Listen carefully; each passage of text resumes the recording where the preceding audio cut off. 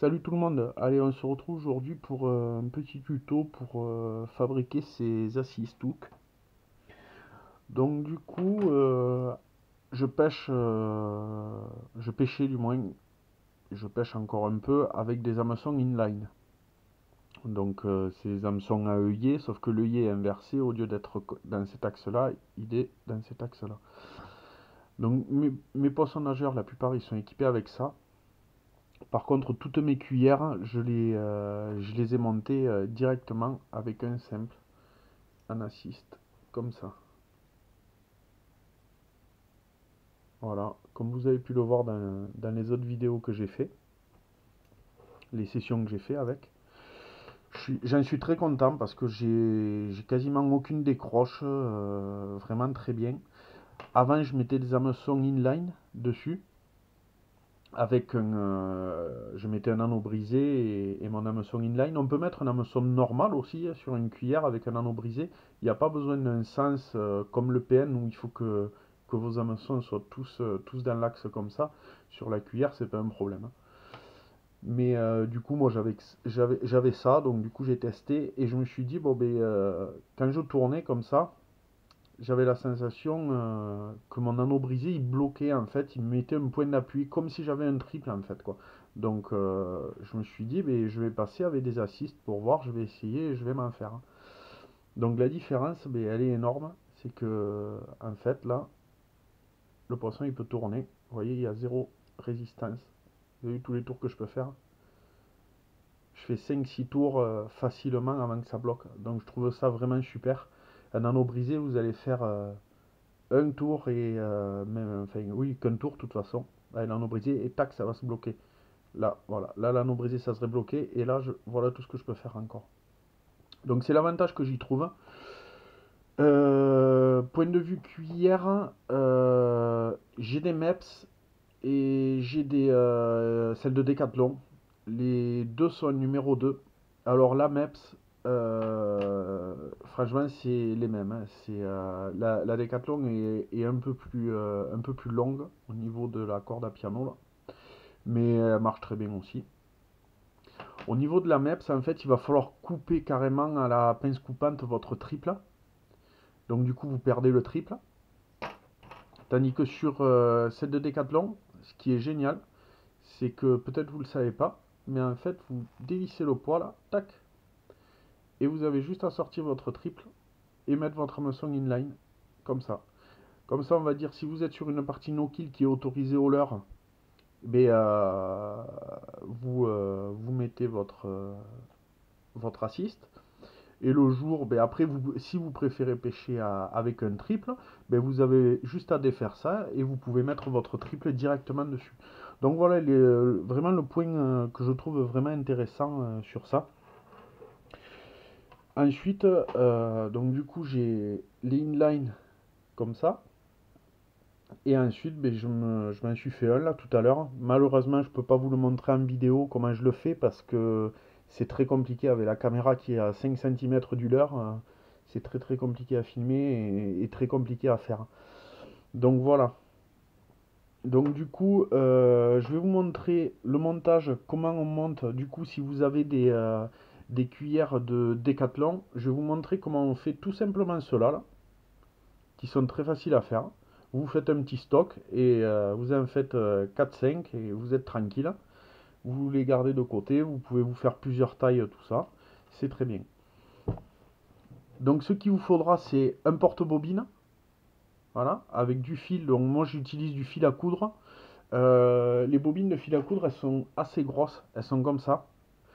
Et ben, ça passe pas dans le porte-bobine. Donc j'avais un vieux rouleau là pour fabriquer les mouches. Donc du coup, ben, j'ai fait des tours là et j'ai fait avec ça. Mais bon, je pense que des rouleaux à coudre, il faut que vous regardiez les dimensions, quoi, parce que sinon vous allez vous retrouver le truc qui va pas pouvoir s'écarter de trop.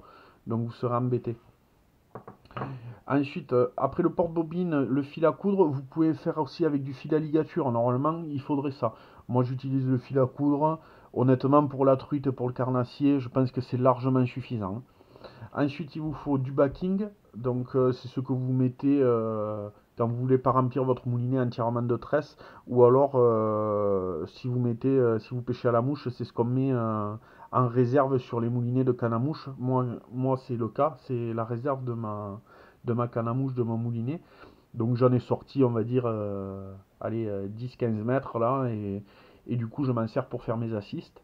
Il vous faut, là pour faire ça, il vous faut, allez, on va dire 5-6 cm de backing, quoi. Et juste pour être à l'aise, quoi. Et après, si vous êtes encore mieux, vous pouvez même en couper moins. Ça, après, il vous faudra juste un cutter. Les hameçons, voilà ce que j'utilise moi. Donc du coup, pour les cuillères numéro, moi je pêche beaucoup à numéro 2. Vous prenez pas en compte le numéro que je vais vous dire parce que c'est des hameçons qui viennent de Chine. Donc moi ça c'est du numéro 10 là de chez eux. Je crois que la boîte elle est à 70 centimes, il y en a 100 pièces dedans. Donc par contre c'est des hameçons, ils sont à œillet. Normalement pour faire des assists il faut des hameçons plats quoi, avec une petite palette derrière. Mais honnêtement c'est exactement la même chose, ça marche pareil. Donc du coup pour les numéros 2, les numéros 3, je crois que j'ai même fait les numéros 1 avec du numéro 10. Et ensuite pour ce qui est du PN, donc là vous voyez c'est vraiment la taille impeccable. Tac. Il se touche pas pour le lancer tout ça. Donc ça c'est nickel. De cette marque j'ai pris numéro 6. Pareil, hein, ça doit être 60 centimes ou 70 centimes les 100 pièces. Et j'en ai un gros stock de ça. J'avais pris tous les numéros parce que du coup, on ne sait jamais avec la Chine, d'un fournisseur à l'autre, déjà, c'est pas les mêmes tailles. Donc ben là, le 10 est gros, le 6 est plus petit. Bon, ce qui est normal, mais c'est bizarre leur taille un peu par rapport à la France. Donc du coup, je vous mettrai le lien de cela. Et après, si vous prenez des hameçons français, de là, vous verrez à vous adapter en fonction de ce qu'il faut.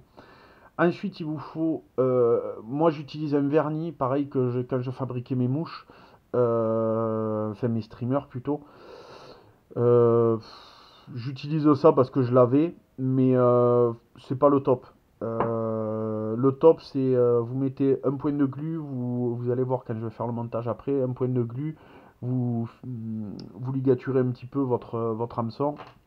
Et vous finissez ensuite colle époxy ou résine époxy. Le top c'est résine époxy en bicomposant. Pour ceux qui font leur leurre, c'est la couche de finition que vous mettez dessus. Moi honnêtement je trouve que c'est vraiment le mieux. Après voilà, il faut préparer plein d'hameçons. Et du coup on va dire il faut faire une quinzaine d'hameçons au moins ou une vingtaine. Parce qu'avec la résine époxy, il faut la mélanger, il faut le faire de suite sur l'hameçon, donc c'est un petit peu contraignant, on va dire. Tandis que l'avantage avec le vernis comme ça, par exemple, je veux me faire deux hameçons, mais je me fais juste deux hameçons, je mets un petit coup de vernis, c'est réglé. Par contre, au bout de quelques sessions, on va dire, au bout de 6 ou 7 sessions, j'ai mon vernis, il va s'assécher un peu parce qu'il bon, il est pas tout jeune aussi. Du coup, ben, il faut que j'y remette un petit coup dessus, mais bon, ça c'est pas bien grave, hein. En général, les cuillères, elles me tiennent rarement 6 sessions vu les endroits où je vais, donc ça part assez vite, quoi. Donc voilà, maintenant on va passer à la phase montage. Donc voilà, ce qu'on fait, on fait un 2 3 tours et on passe de l'autre côté. Voilà.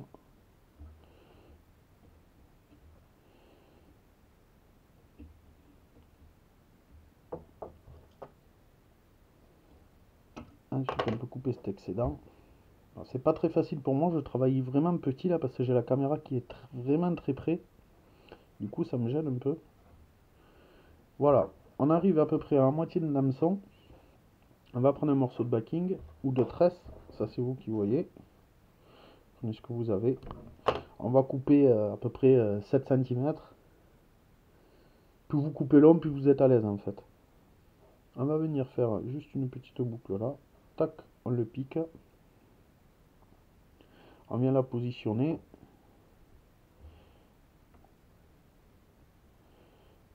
Voilà. Vous la remettez bien dans l'axe. Vous regardez maintenant. Vous faites 2-3 tours, hein, pas plus. Vous regardez la distance, la grosseur de votre boucle que vous voulez. Donc moi là c'est impeccable, c'est exactement ce que je veux. Et là maintenant on vient tourner. On n'hésite pas à serrer et à remettre la boucle dans l'axe quand ça tourne un petit peu. Voilà. Une fois que c'est assez serré, vous venez couper votre backing, votre excédent. Et ensuite, on continue à finir l'hameçon. Voilà. Et là, vous refaites un passage en serrant bien comme il faut. Voilà. Ensuite, vous prenez votre doigt, vous le tournez, ça fait une boucle.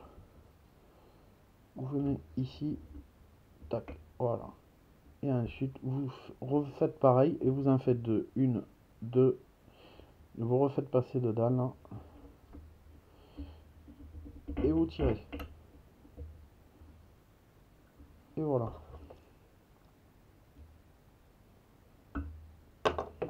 Et ensuite, vous venez prendre votre vernis. Et vous mettez une belle couche de vernis.